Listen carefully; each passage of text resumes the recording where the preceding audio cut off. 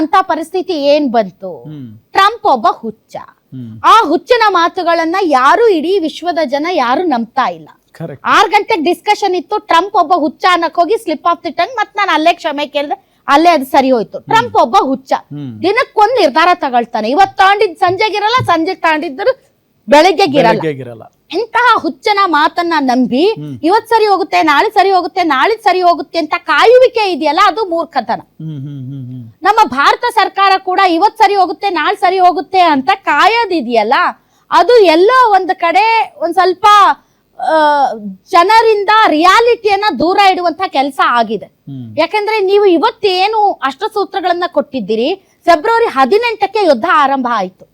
February ಬಿಡಿ 1 ತಿಂಗಳಾದ್ಮೇಲಿಂದ ಆದ್ರೂ ಜನರನ್ನ ಜಾಗೃತಗೊಳಿಸಿ ಈ ಒಂದು ಏನು ನೀವು ನ್ಯಾಷನಲ್ ಅಡ್ವೈಸರಿ ಅನ್ನೋ ತರದಲ್ಲಿ ಪ್ರತಿಯೊಬ್ಬ ನಾಗರಿಕನಿಗೆ ಎಚ್ಚರಿಕೆಯ ಮತ್ತು ಗಂಭೀರತೆಯ ಪರಿಣಾಮಗಳನ್ನ ಇವತ್ತು ಹೇಳ್ತಾ ಇದ್ದೀರಲ್ಲ ನರೇಂದ್ರ ಮೋದಿ ಅವರು, ಅದನ್ನ ಮೊದಲೇ ಹೇಳಿದ್ರೆ $1 ಮ್ಯಾಟರ್ ಅನ್ನೋದಾದರೆ ದೇಶದ ಆರ್ಥಿಕತೆಗೆ ನೀವು ಅದನ್ನ 1.5 ತಿಂಗಳ ಹಿಂದೆನೋ ಅಥವಾ ಒಂದು 60 ದಿನದ ಹಿಂದೆನೋ ಹೇಳಿದ್ರೆ ಎಷ್ಟೋ ಒಂದು ಉಳಿತಾಯ ಆಗ್ತಾ ಇತ್ತಲ್ಲ.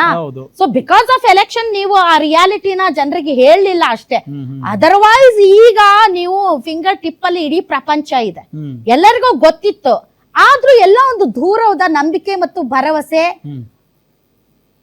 ಮೋದಿ ಹೈ ತೋ ಸಬ್ ಕುಚ್ ಅಚ್ಚಾ ಹೈ ಅನ್ನೋ ತರದಲ್ಲಿ ಒಂದು ಭಾವನೆ ಇತ್ತು.